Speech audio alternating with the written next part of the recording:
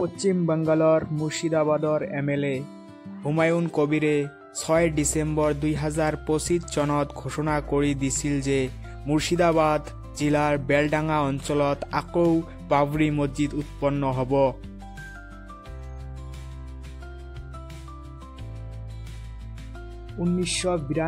চনৰ 6 ডিচেম্বৰ বিশ্বৰ হিন্দু পৰিষদ আৰু সংগঠনৰ লগত যুক্ত হিন্দু কৰ্মীসকলৰ এখন বিশাল দলে মছজিদটো ভাঙি পেলায়।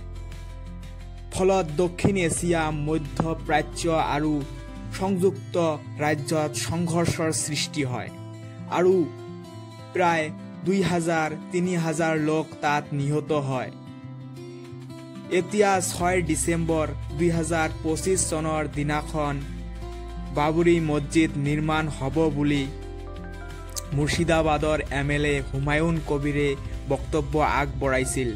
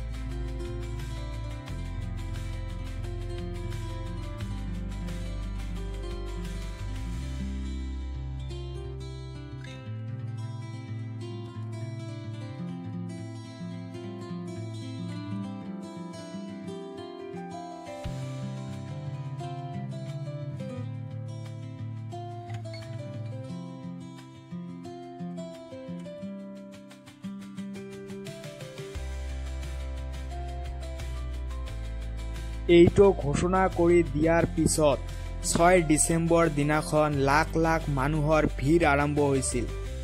বহুত দূৰ দূৰণিৰ পৰা মানুহ আহিছে আৰু কিছুমান মানুহ 4টা-5টা ইটা মূৰতকৈ ধৰি ৰাস্তাৰে খোজ কাঢ়ি আহি আছে।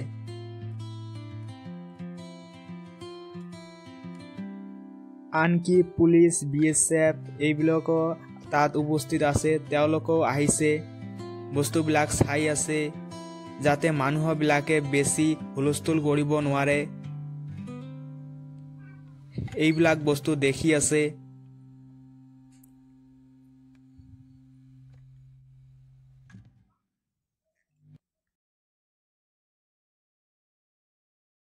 এই বাংলায় 11.5 কোটির মধ্যে 4 কোটির বেশি মুসলমানের বাস, সেখানে আমরা একটা বাবরি মসজিদ করতে পারবো না? এত বড় হিম্মত! আমার মাথার দাম ঘোষণা করা হচ্ছে 1 কোটি টাকা। এত বড় হিম্মত! আমরা কোন বাবরি মসজিদ জনাব হুমায়ুন কবির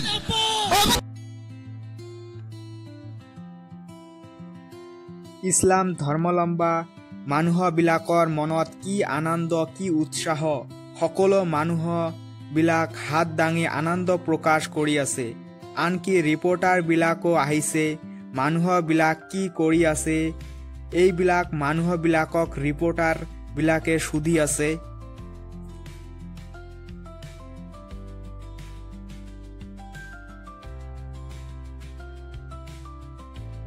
ৰিপৰ্টাৰবিলাকে সুধি আছে ইছলাম ধৰ্মৰ মানুহবিলাকক কেনেকুৱা লাগিল। বেলডাঙা অঞ্চলত বাবৰি মছজিদ আৰম্ভ হৈছে। মানুহবিলাকে কৈ আছে, আমি ভাবিব পৰা নাই যে বেলডাঙা অঞ্চলত ভাঙি দিয়া বাবৰি মছজিদ যে আকৌ আৰম্ভ হ'ল। আমাৰ সকলো ইছলাম ধৰ্মাৱলম্বী মানুহবিলাকৰ মনত যে ইমান আনন্দৰ সৃষ্টি হৈছে যে ক'বই নোৱাৰো।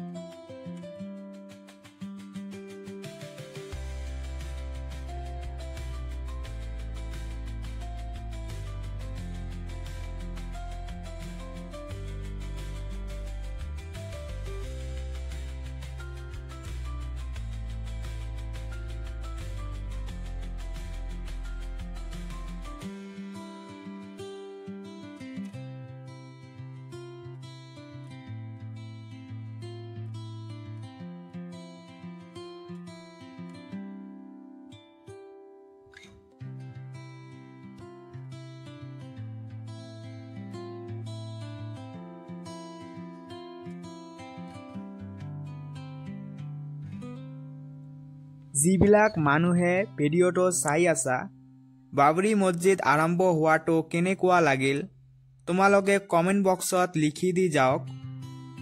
Thank U.